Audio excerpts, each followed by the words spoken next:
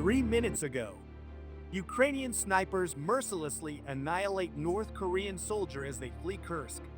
A solitary Russian tank rolling toward Ukrainian lines in what one Ukrainian drone group called a very unfortunate suicide belies the perilous state of the Russian army as Russia's wider war on Ukraine grinds toward its fourth year.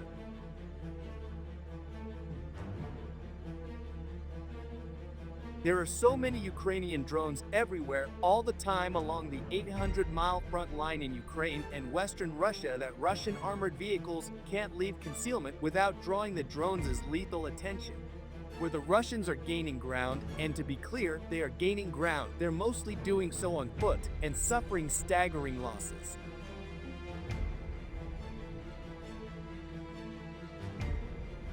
On or just before Tuesday, a lonely Russian tank traveled along a dirt road toward the line of contact outside the village of Kurdyumivka, 3 miles north of the ruins of Turets in eastern Ukraine's Donetsk Oblast.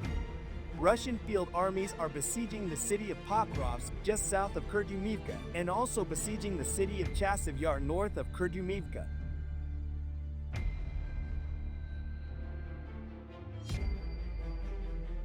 It's unclear which siege the up-armored tank was supporting. In any event, the solitary vehicle didn't get very far. The fate of this piece of iron was obvious, the Ukrainian Phoenix drone group reported. Our guys took it apart to the last detail.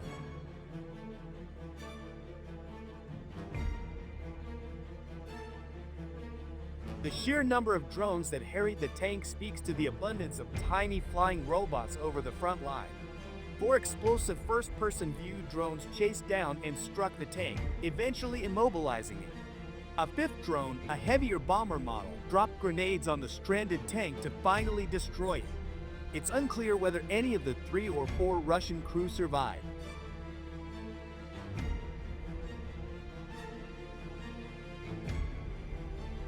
It's hard to say why the crew, or more to the point, the crew's commander, believed a single tank could cross open terrain in broad daylight within easy reach of Ukraine's drones. One Russian blogger derisively described Russian tank commanders who continue to order mechanized attacks as geniuses.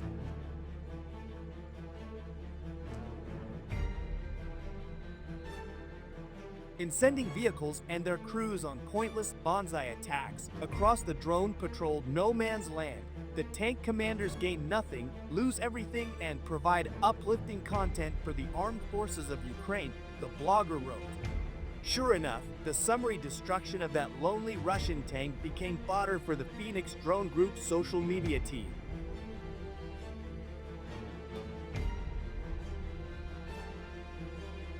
That the Russians can't safely deploy tanks anymore doesn't mean they can't continue advancing toward Pokrovsk and Chasiv Yar.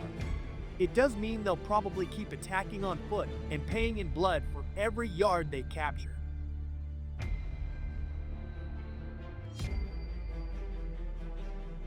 According to Ukrainian press, Volodymyr Zelensky, at least 30,000 Russian troops have been killed and wounded trying, and mostly failing, to eject 20,000 Ukrainian troops from the 250 square mile salient the Ukrainians carved out of western Russia's Kursk Oblast back in August.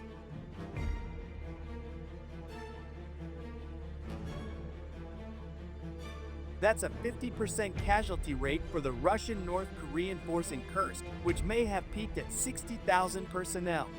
The Ukrainians are taking casualties, too of course, and struggling to keep their frontline brigades fully manned. But Ukrainian losses are much lighter.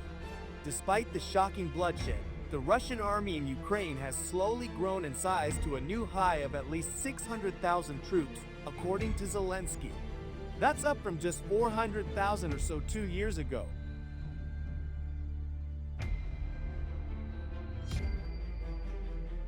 Around 800,000 Ukrainian troops oppose them, but the Ukrainians must garrison the entire country, whereas the Russians are concentrated in Kursk and Donetsk, giving the Russians a 3-to-1 advantage, or greater, in many of the most important sectors.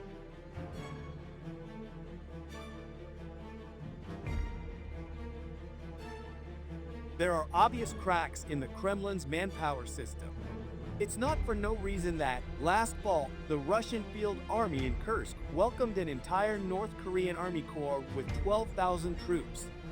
But for now, the Kremlin still has enough troops and the will to trade their lives for small but steady gains in eastern Ukraine. What the Kremlin doesn't have is a lot of tanks, or any means of using them to meaningful effect on a battlefield humming with drones.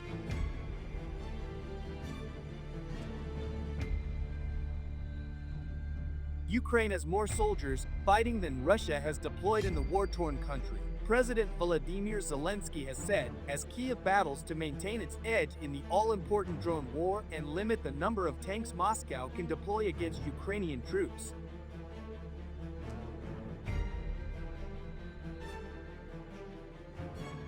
Close to 3 years of war in Ukraine has been tough on Kyiv's and Moscow's militaries.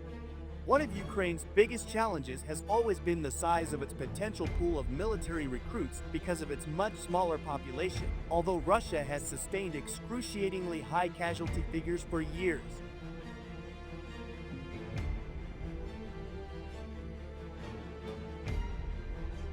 Drone warfare and staying ahead of the enemy has defined the conflict, spurring change from traditional tactics using armored vehicles and tanks.